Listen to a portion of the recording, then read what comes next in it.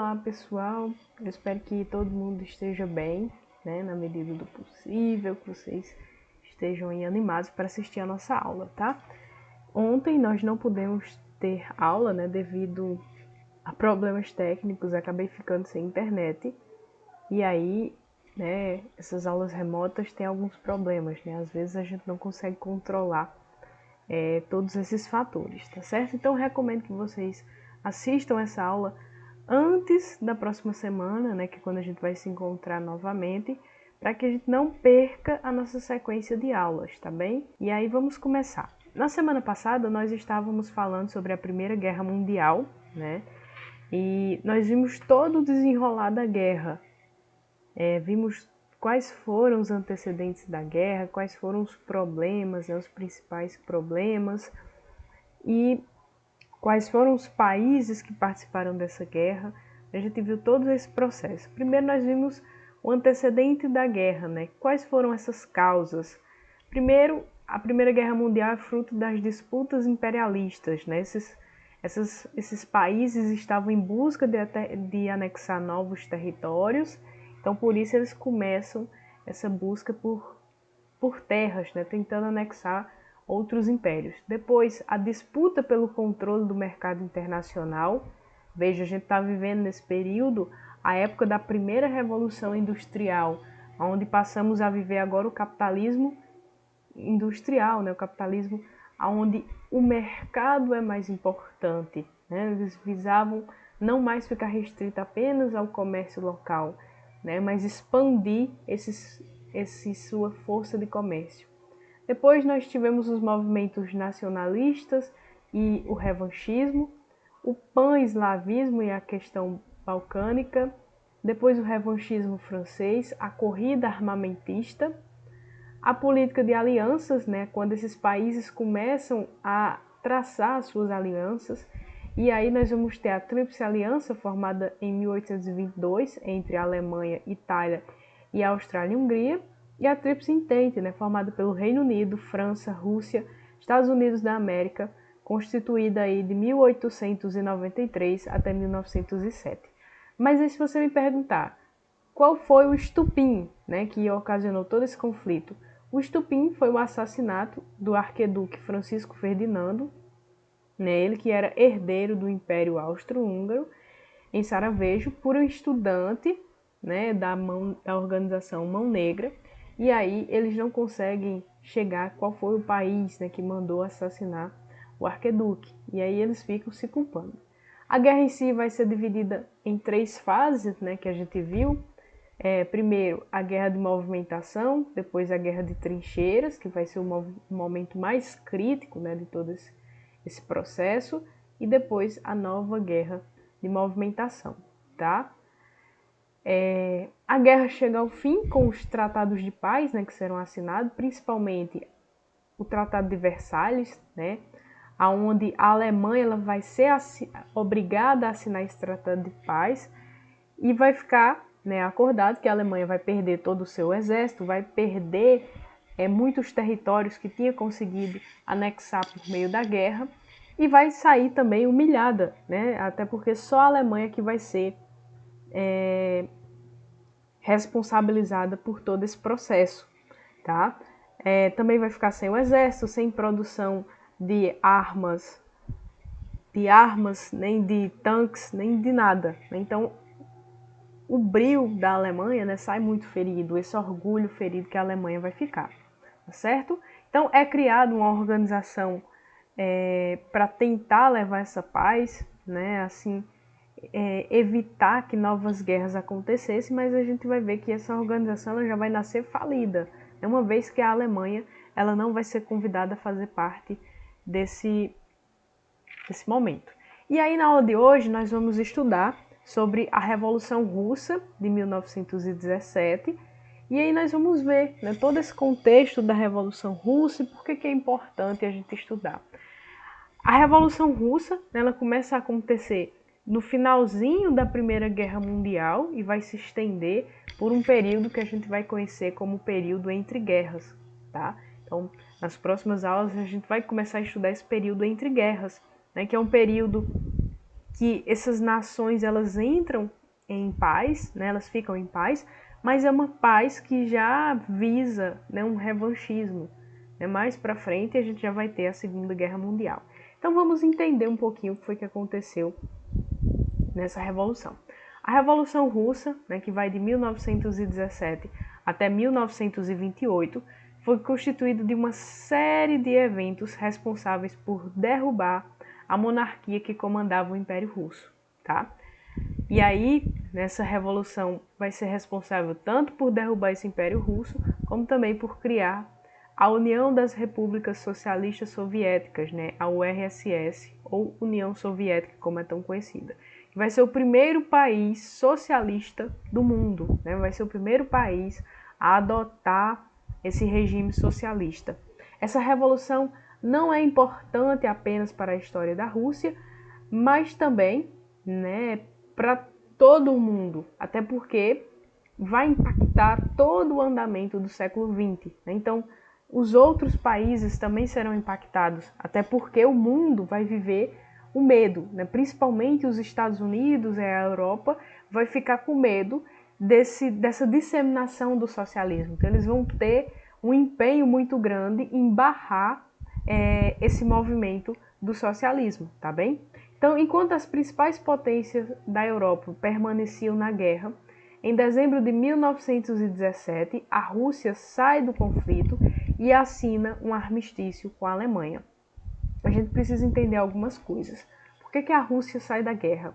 A Rússia sai da guerra porque ela já enfrentava, né, crises econômicas muito grandes, até porque, como nós estudamos nas outras aulas, né, esses países estavam em uma corrida pela industrialização, o movimento pela industrialização era muito grande, a Rússia não tinha essa industrialização, a população passava por muitas necessidades, né, até porque não tinha emprego, então eles eram muito carentes, e o próprio exército russo, né, não era preparado para guerras, né, não tinha armas, não tinha força física, né, preparada. Então, por isso que, depois de muitos conflitos, né, internos, a Rússia decide sair da guerra, tá certo? Então, internamente o país estava abalado, tanto pelo conflito mundial, como também, né, pelos próprios conflitos, até porque a Rússia já tinha os seus conflitos internos e ainda estava em crise com o Japão, né? Estava lá lutando com o Japão. Só voltando um pouquinho, né, que eu tinha esquecido, o que era esse armistício? O armistício é um acordo, né, que esses países entram em um acordo, as partes, né, interessadas entram em um acordo, e aí elas não vão, né, deflagrar nenhum tipo de armamento um contra o outro, né, não vão atacar um ao outro. Então, a Rússia acaba assinando esse armistício com a Alemanha e sai da guerra, tá certo? O saldo da guerra, né, vai ser cerca de 5,5 milhões de soldados russos, entre mortos, feridos, desaparecidos ou prisioneiros. Então, nesse período, o país passava por muitas agitações populares que contavam com a participação de operários e camponeses. A gente precisa entender o modelo, né, da Rússia czarista. O que era esse czar?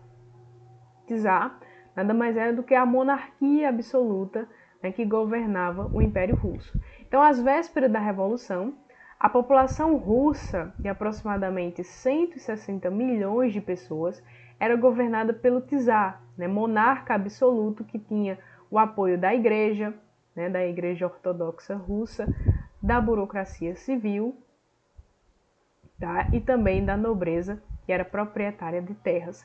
Então, o Império Russo ele era habitado por um mosaico de povos que falavam diferentes tipos de línguas e também, né, tinham cerca de 85% dessa população que vivia no campo em condições precárias. A maioria das terras pertenciam à nobreza e à igreja, e essas terras eram de baixa produtividade, né, até porque os camponeses que necessitavam dessas terras para trabalhar, eles não tinham acesso a essas terras, tá certo? A industrialização da Rússia, ela só vai ter início na segunda metade do século XIX, graças a um grande afluxo, né, de capitais estrangeiros, né, principalmente os ingleses, os franceses, os belgas e os alemães, né, vão injetar investimentos nas empresas da Rússia e também os investimentos estatais. E aí, o início da industrialização, né, os trabalhadores russos eles vão ser submetidos a condições extremas de exploração. Então, não é porque o país começa a se industrializar que as condições de vida dessa população vai melhorar, né? Eles vão continuar ainda sofrendo, né, com exploração, com horas de trabalho extensiva, né, até porque, como esse capital vinha de fora, então os melhores empregos ficavam para as pessoas, né, daquele país que vinham junto com essas empresas. A industrialização associada à exploração do operariado contribuiu para a difusão do pensamento marxista no Império Russo e levou à formação de diversos agrupamentos e organizações de esquerda. A gente precisa entender que nesse momento, né, vivíamos em dois pensamentos, né, o sistema capitalista, né, que vivia o liberalismo. Então, na vertente liberalista, a economia ela vai se autorregular, nós não vamos ter um Estado intervencionista, né, a economia ela se autorregula. E, por outro lado, nós vamos ter os ideais, né, dos pensamentos marxistas, que vai defender aí o socialismo, onde ele vai dizer que o proletariado tudo produz, então a ele tudo pertence. Então não deve existir os meios de produção, né, não deve existir os donos dos meios de produção. Tudo pertence ao proletariado. E assim não vai existir essas desigualdades, né, nem tampouco as classes sociais. Todo mundo vai ser igual. A gente precisa também abrir mais um parênteses, né, para tentar entender que todas as vezes que esse sistema socialista ele é adotado, né, é adotado de uma forma extremista, né, e a gente sabe que todas as vezes que nós temos governos extremistas, né, seja de esquerda, seja de direita, nós vamos ter sérios problemas, tá certo? Então, as discussões sobre a natureza da luta contra o czarismo vão criar duas tendências.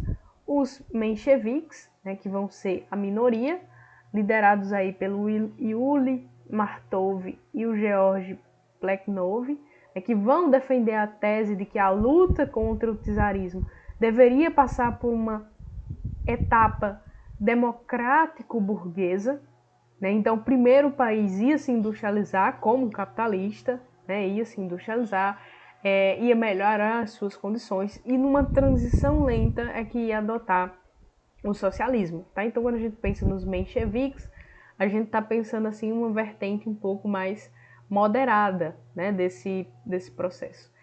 Por outro lado, a gente tinha os bolcheviques, né, esses que eram a maioria, liderado pelo Vladimir Ilyich Ulyanov, né, conhecido como o Lenin, tá?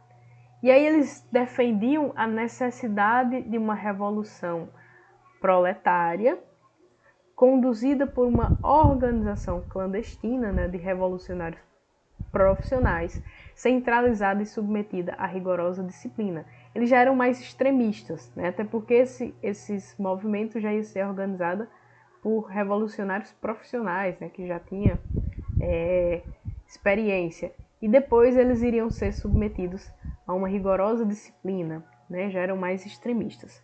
Então, enquanto os bolcheviques e os mencheviques disputavam a hegemonia no seio do Partido Operário Social Democrata Russo, né, a Rússia sofria consequências da derrota, né, na guerra russo-japonesa, né, a Rússia no Japão. E aí, só para a gente ter uma ideia, né, do tamanho desse território, veja, a gente tem o Império Russo. Primeiro, Império Russo, depois União das Repúblicas Socialistas Soviéticas, depois, né, do fim da União Soviética, a gente vai ter a Rússia, né, como nós conhecemos hoje. Então, veja, a gente tem o Império Russo, né, que já tinha um território gigantesco. A capital, né, era São Petersburgo. Hoje a capital é Moscou, né, mas nessa época não. E aí vejamos o tamanho desse território, né, já é um território bem grande. Quando, né, nós tivermos a criação da União Soviética, a Rússia vai acabar anexando outros territórios, né, ao redor, que também vai fazer parte tá, desse novo regime, né, do regime socialista. E aí nós temos algumas fases até chegarmos, de fato, à a essa Revolução Russa? O primeiro evento, né, muito importante, vai ser conhecido como Domingo Sangrento. Por que Domingo Sangrento? Porque em um domingo, onde a população participava, né, de protestos pacíficos, o padre Gregory Gapone, né, tinha um abaixo-assinado, né, e tinha como objetivo entregar esse abaixo-assinado ao czar, né, o czar Nicolau II, reivindicando melhores condições para os trabalhadores. Só que o Nicolau II, né, ordena que a guarda abra fogo, né, contra os manifestantes, o que vai deixar vários manifestantes mortos, né, e também vai acabar matando o padre, tá bem? Então, essa tragédia vai fortalecer a oposição de vários setores da sociedade ao czar, né, como, por exemplo, os operários, os camponeses, os soldados, que vão formar um conselho, né, chamado de sovietes. Os sovietes vão ser aqueles que não vão fazer parte do império, não vão pertencer ao czar. E a burguesia que nascia, né, fruto de todo esse processo de industrialização, vai, né, pressionar esse czar para a criação de um parlamento, tá? Então, a fim de acalmar os ânimos, o líder russo vai acabar promulgando, né, uma constituição e vai também convocar as eleições, né, que vai ficar conhecido como Duma. Essa Duma vai ser igual ao parlamento. Então, dessa forma, a Rússia passa, assim, né, a ser uma monarquia constitucional, continua sendo uma monarquia, mas agora eles têm uma constituição, agora eles têm um parlamento, na qual o czar, né, continua com o poder centralizado e continua também, né, limitando os poderes do parlamento, tá certo? Com essas medidas, o czar consegue conter essas revoltas entre 1907 e 1914 e o país vive uma certa tranquilidade. A participação da Rússia na Primeira Guerra Mundial e a repreensão política vai gerar um cenário de descontentamento que vai culminar na Revolução de 1917. E aí a gente entra, né, de fato nessa Revolução Russa, onde em fevereiro de 1917, uma marcha pelo Dia das Mulheres vai transformar em um protesto geral, no qual o povo vai invadir o palácio e vai forçar o czar a renunciar. Então, assim vai começar a Revolução Russa. Esse primeiro episódio em específico vai ficar conhecido como Revolução de Fevereiro e vai levar os mencheviques, lembra dos mencheviques, né, os mais moderados, que diziam que primeiro o país tinha, né, que passar por um processo de industrialização, depois, de uma forma lenta e gradual, aí sim passar para o socialismo. Né? O grupo moderado, apoiado pela burguesia russa, acaba chegando ao poder.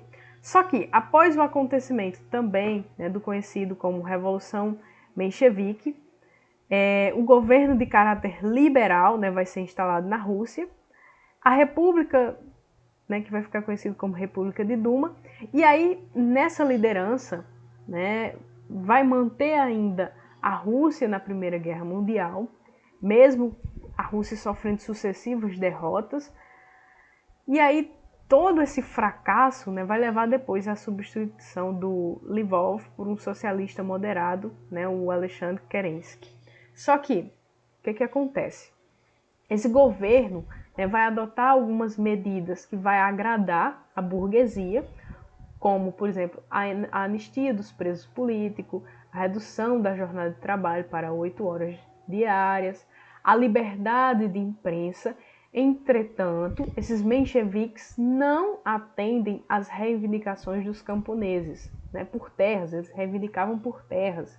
E nem, tampouco, as reivindicações dos operários, né, que reivindicavam por melhores condições de salários. Então, com isso, os russos ainda lutando na Primeira Guerra Mundial e a pobreza agravando-se no país, a oposição bolchevique, né, vai acabar se fortalecendo. Lembre-se que os bolcheviques eram aqueles que acreditavam na disciplina como uma forma, né, de evolução. Então, o país tinha que adotar um sistema socialista, só que pautado na disciplina. Tá? E aí, o Leon Trotsky, que liderava o Soviete de Petrogrado, vai organizar a Guarda Vermelha, né? Eles ficam conhecidos assim porque era a cor do socialismo, né? O vermelho, composto por operários bolcheviques, onde o Lenin, que estava exilado na Finlândia, vai voltar à Rússia clandestinamente e também passa a organizar os sovietes. Então, para o Lenin, os operários deveriam tomar o poder por meio da revolução.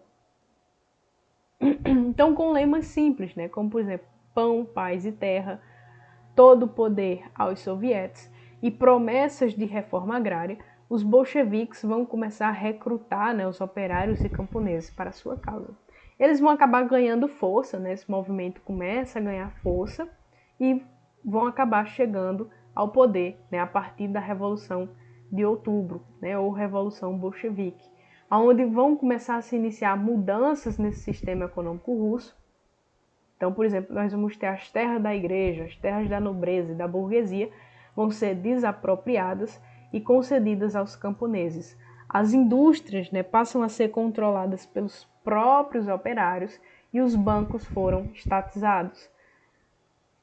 Essas ações eram guiadas pela ideia marxista, né, de que sem propriedade não existiria exploradores, né, do caso dos proprietários, e os explorados, né, o caso dos operários, tá, os trabalhadores. Só que a gente precisa entender, né, que apesar deles adotarem esses ideais marxistas, eles começam, né, a ter um Estado cada vez mais extremista, né, onde tudo vai ser controlado pelo Estado. Então, na verdade, a população ela vai continuar passando necessidades e o Estado, né, é quem vai começar a se favorecer, tá? Então, em março de 1918, a Rússia finalmente assina o Tratado de Paz com a Alemanha e deixa a Primeira Guerra Mundial, tá? Aceitando entregar a Polônia, a Ucrânia e Finlândia aos alemães. E, além disso, os bolcheviques também instituíram, né, o unipartidarismo, no qual o país apenas, né, vai adotar o Partido Comunista Russo. Então a gente vai ver que uma dessas características desses governos extremistas é proibir, né, principalmente oposições. Então qualquer um que faça oposição ao governo que está no poder vai ser considerado um inimigo, né? Então, ao proibir esses demais partidos e perseguir qualquer tipo de oposição, o governo mostrava-se, né, crescentemente autoritário e começa a se afastar dos ideais de igualdade e liberdade. E aí, de 1918 até 1921, nós vamos ter a Guerra Civil na Rússia, tá certo? Então, claro que os mencheviques não vão ficar satisfeitos em perder o comando da Rússia e vão se aliar aos aristocratas, né, a antiga família real. Assim, apoiados pelo Reino Unido, França, Japão e Estados Unidos, países que tinham investido capital na Rússia ou que temiam, né, essa onda do socialismo se espalhasse por outras partes da Europa e também na América, os mencheviques reagem, né? E aí o Exército Branco, que vai ser o lado dos mencheviques, vai entrar em confronto, né, contra o Exército Vermelho, né, dos bolcheviques, a antiga Guarda Velha. E em 1918 o país vai ficar, né, vai viver aí a Guerra Civil. Como não recebia financiamento externo, os bolcheviques, né, vão implementar uma política econômica chamada comunismo de guerra para conseguirem, né, combater o Exército Branco. Assim, o governo vai acabar confiscando, né, toda a produção russa para destiná-la à guerra e perseguir a oposição, considerando assim antirrevolucionária. Então, todos os recursos, né, que ele começa a pegar, começa a destinar à guerra. E aí a gente vai ver que a população começa a passar necessidades, né, porque em vez desse poder pertencer à população, pertencer de fato aos trabalhadores, vai pertencer agora aos governantes, né? Os governantes, no caso o Exército Vermelho, que estava no poder, é quem vai ficar com todos esses recursos. Então, em 1921, o Exército Vermelho acaba derrotando os seus inimigos, né? Mas teve que pagar um alto preço, né? A paralisação quase que completa da economia. Então, por conta do comunismo de guerra, né, tentando reverter os efeitos do comunismo, desse plano, né, do comunismo de guerra, o Lenin vai estabelecer a nova política econômica, onde vai ter, né, uma série de medidas capitalistas temporárias. Assim, o governo vai autorizar a entrada de capital estrangeiro para criar, né, esse processo de instalação de um socialismo mais tarde e também para melhorar, né, suas condições econômicas. Mesmo conferindo algumas liberdades econômicas ao povo, né, como permissão para a criação de empresas privadas e comércio, o Estado mantinha-se ainda extremamente presente. Né? A ANEP vai dar alguns resultados, né, alimentando o crescimento industrial e agrícola na Rússia, mas também vai aprofundar as desigualdades sociais, tá bem? E aí surge a União Soviética, né, de 1922 até 1991. Ao mesmo tempo em que acontecia a Revolução Russa, outro país nas proximidades vai se revoltar, né, com seu governante, que vai ser a Ucrânia, e aí em 1918 vai iniciar a Revolução Ucraniana. A Ucrânia faz fronteira, né, com a Rússia, que buscava instalar um sistema anarquista no país. O que é o anarquismo? O anarquismo é a ausência de um controle, né? A ausência de algo que regulamente essa sociedade. Então, por exemplo, tanto no capitalismo como no socialismo, mas a gente vai ter a figura de um Estado, né, que vai estar presente, que vai interferir de maior ou de menor forma. Mas no anarquismo nós não vamos ter essa intervenção estatal, né? Não vai existir um Estado, né? E eles queriam, né, abraçar essas ideias anarquistas. Então, o Partido Comunista Russo, temendo os avanços da revolução dentro do seu próprio território, né, vai anexar a Ucrânia em 1921, onde vai nascer assim a União das Repúblicas Socialistas Soviéticas, ou a URSS. A Revolução Russa só vai acabar em 1928, quando Stalin, né, chega ao poder e passa a ampliar a União Soviética, anexando mais territórios. Esse regime é conhecido como o stalinismo, tá bem? Então, a União Soviética, que vai de 1922 até 1921. E aí, nesse período da União Soviética, eles vão adotar, né, ainda o regime socialista, e nós vamos ter um mundo bipolar. Primeiro nós vamos ter a Segunda Guerra Mundial, que vai surgir principalmente, né, por conta que os Estados Unidos tentam controlar, né, esse avanço do sistema socialista na Europa e também na América. Né? Países como a França começam a temer esse avanço do socialismo. Depois nós vamos ter a Segunda Guerra Mundial e aí nós vamos viver o período da Guerra Fria, tá? Que vai até 1991. Nós vamos viver um mundo bipolarizado, né? De um lado os capitalistas, de outro lado os socialistas. Tá bem? E aí nós temos a bandeira da União Soviética, né? A bandeira vermelha do socialismo com a foice e o machado, né? E a estrelinha, que ainda é utilizado, né? Ainda hoje por alguns países socialistas. E aí eu trouxe algumas indicações de filmes, né, para vocês. O filme 1917, né, que é um filme bem recente, aí de 2019, onde vai ser baseado, né, em fatos verídicos, né, fatos que aconteceram realmente, e conta a história, né, de dois soldados que vão tentar entregar uma carta para o alto escalão do exército, no intuito, né, de salvar a vida de 6.000 soldados, tá bem? E é isso, né? A gente fica por aqui. Eu espero que vocês tenham conseguido entender, né, aí, um pouco sobre essa revolução. Quem tiver alguma dúvida, alguma coisa que queira perguntar, fique à vontade, tá certo? E a gente se vê na próxima semana. Então, um grande abraço para vocês, fiquem em paz e até semana que vem.